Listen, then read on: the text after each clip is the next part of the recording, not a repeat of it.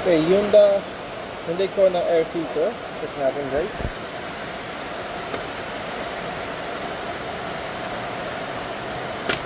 Okay. Tapos siya, no? Okay. Wow. So, ito naka-filter nga, no? Ay!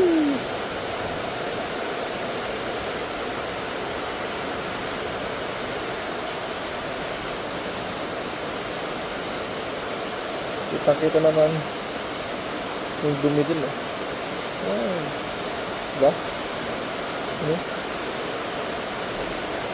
So, papalitan natin siya ng filter. Nakabili tayo ng pang filter.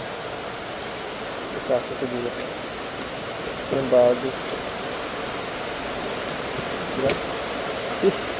Para naman dito. So yun, bali ang ginawa din, binacuum natin siya ng konti. Natin na vacuum. So ito na siya. Lalagay natin po siya dito, no? Para matesting natin siya. Okay, so papalitan natin siya ng filter niya. Lagay lang natin ito.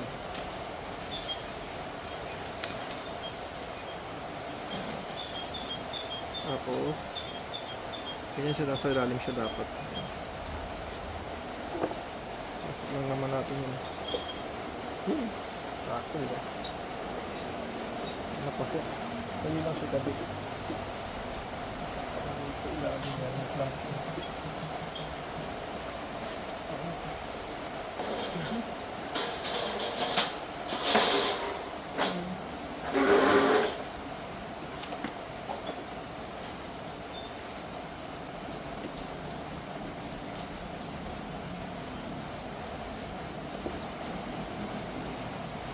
So make sure na nakakapit dito na tampak ko doon. Alright. Double check natin. So may siyang ditong pinaka susukan niya. So kailangan nakasuksok yan. Yun o. Yun dun. Dito sa part na yan. Tapos yan. Tap naman siya dyan. Make sure lang. Yan.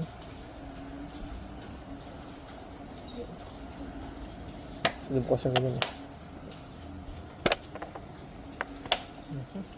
Okay. So napalitan natin siya ng pinaka air filter. Okay. So ito yung pinaka cabin filter ni Hyundai Kona, no? Ito yun. So nung nagpa-chainsaw tayo, binuguhan lang naman to eh.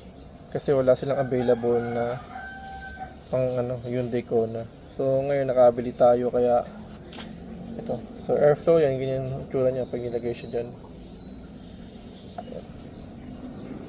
Ito yung nabili natin. So ganyan maging forma niyan. Tapos sagpakat siya dun. Okay guys, next naman natin yung pinaka-cabin filter niya. Yan. So dito yung ng Hyundai Kona. Tapos pag tinanggal siya, mayroon siyang dalawang button lang diyan. Yung pinakaparang lock niya dito para may open siya diyan. Yan, na siya lalagay, no. Kasi ito yung stock or ito yung nakalagay sa before, no. Yan. Actually binugan lang siya before. So kaya nakapagpalit tayo ng mas bago. Okay. Salpak na natin siya. Ito natin yung pinaka-plastic ng okay, so tanggal natin sa pinaka-plastic. Yan. Bagong bago, no. Salpak lang natin siya dyan.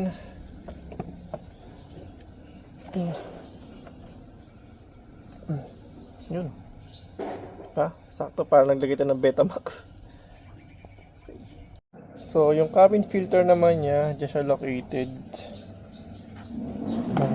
Ito yung bago. Ito yung luma, no? Yung luma eh syempre nung nagpa-chainsaw tayo lang for temporary binugahan lang siya kasi wala silang available. So ngayon nakabili tayo kaya it's time naman na para ikabit natin tong bago. Okay. Yan lang siya. Yun, para tayo naglagay ng ng Betamax. Okay, ayan na siya. Yan, so make sure nyo lang na ano siya, no, na itakip siya mabuti.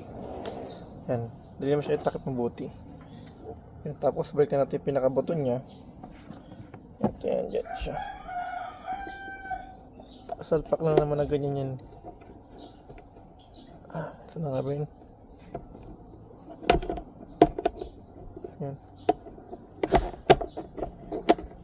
Yan. Tapos dito yung isa. Dito naman yan. Kailangan bibidyo tayo. Ayun. Yan, nalak na siya. So, yun yan. Diba? Okay, so napalitan na siya ng cabin filter and air filter.